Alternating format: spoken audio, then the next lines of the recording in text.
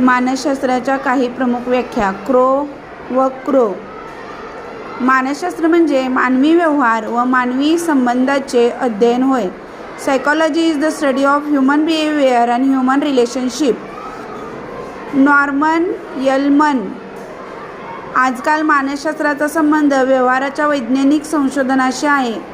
Psychology today concern with the scientific investigation and behaviour. मॅकडोगल.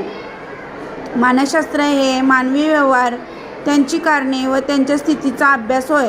Psychology is the study of human behaviour, its causes and condition. Robbins.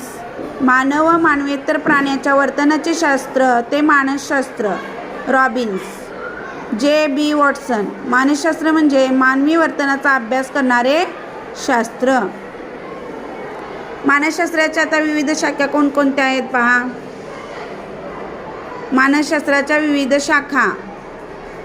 सामान्य मानसशास्त्र, वैयक्तिक मनोविज्ञान, बाल मानसशास्त्र, सामाजिक मानसशास्त्र, असाधारणांचे मानसशास्त्र, शारीरिक मानसशास्त्र, परीक्षणात्मक मानसशास्त्र, पशु मनोविज्ञान, परामानसशास्त्र, व्यक्तिभेदाचे मानसशास्त्र, चिकित्सा मानसशास्त्र, शैक्षणिक मानसशास्त्र, तुलनात्मक मानसशास्त्र, मनोविकृतीशास्त्र, औद्योगिक मानसशास्त्र, गुन्हेगारीचे मानसशास्त्र. हे मानसशास्त्राचे विविध शाखा आहेत.